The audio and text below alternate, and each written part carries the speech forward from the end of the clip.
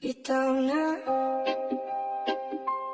Kung ako'y nasasaktan pa sa paghawak sa'yo, siguro oras na para bumitaw na rin ako.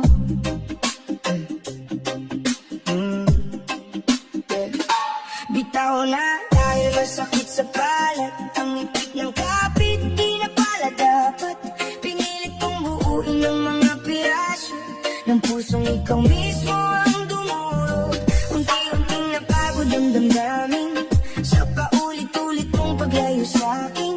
Habang ako'y nandito di umaalis, ikaw naman ang unti-unting kumakalas. Hanggang kailan ako maghihintay sa taong di sigurado kung ako'y mahal pa.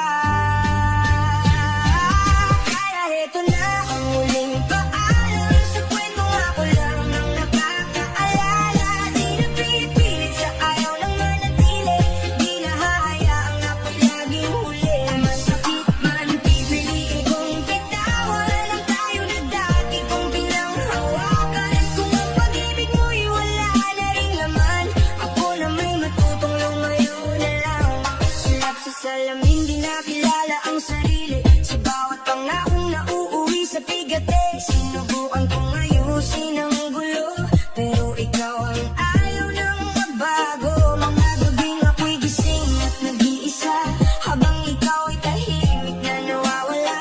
Sa bawat tanong na walang kasagutan, unti-unti akong nawalan ng dahilan. Paano paglalaban ng tayo kung ako lang ang lumalaban dito? Kaya heto na ang muling paalam sa kwentong ako lang ang nakakaalala. Di na pinipilit sa ayaw ng manatili, di na hahayaang ako'y laging huli. Masakit man pipiliin kong bitawan ang tayo na dati kong pinanghawakan. Kung ang pag-ibig mo'y wala na ring laman, ako na may matutong lumayo na lang. Sa bawat takbang palayo sa'yo, gumagaan din ang bigat na dala ko.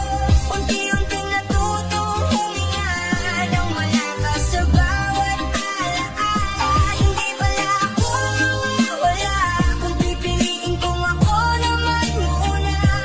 Sa wakas ako'y bibitaw na, hindi dahil sa galit, kundi para sa sarili ko na.